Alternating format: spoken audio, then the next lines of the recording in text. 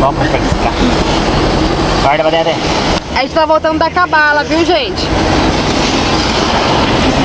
Estamos na estrada, tentando achar a nossa estrada de volta pra casa. O que acontece com o negócio do carro? Uma puta chuva. E o cachorro lá fora, delícia! Agora dá um oi, Castilho. Oi. Uma olhadinha. Agora vamos ver se esse negócio continua bom, né? Tá certo. Olha lá, tá funcionando, gente. Depois tempo. Será que ele tá ruim? Deve ser alguma coisa. É, olha lá, ó. Ah, eu acho que a borracha isso aqui deve tá ruim, né? É. Oi.